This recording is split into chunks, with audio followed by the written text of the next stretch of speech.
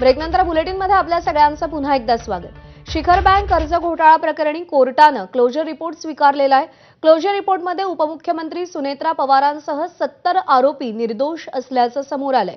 25,000 कोटी रुपयांच्या घोटाळ्याची ईओडब्ल्यूनं चौकशी केली।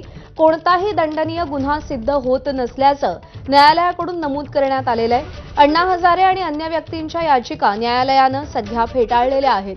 अजित पवार, सुनेत्रा पवार, रोहित पवार, विजयसिंग मोहिते या सगळ्या प्रकरणात आरोपी होते। माजी मंत्री मधुकर चव्हाण, आनंदराव अडसूळ, मीनाक्षी पाटील, हसन मुश्रीफ यांचा देखील आरोपींमध्ये समावेश होता।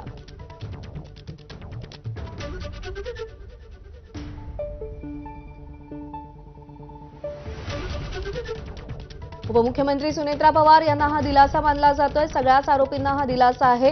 क्लोजर रिपोर्टमध्ये उपमुख्यमंत्री सुनेत्रा पवार यांच्यावरचे 70,000 कोटींचे आरोप फेटाळलेले आहेत। तर कोण कोण आरोपी होते? माजी उपमुख्यमंत्री अजित पवार, उपमुख्यमंत्री सुनेत्रा पवार, आमदार रोहित पवार, माजी मंत्री मधुकरराव चव्हाण, माजी खासदार आनंदराव अडसूळ, वैद्यकीय शिक्षण मंत्री हसन मुश्रीफ।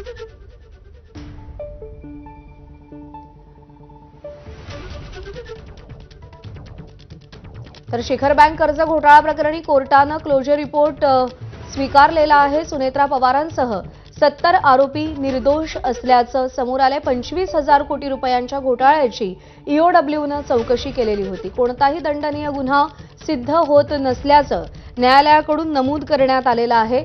अण्णा हजारे आणि अन्य व्यक्तींच्या याचिका न्यायालयानं फेटाळल्या आहेत।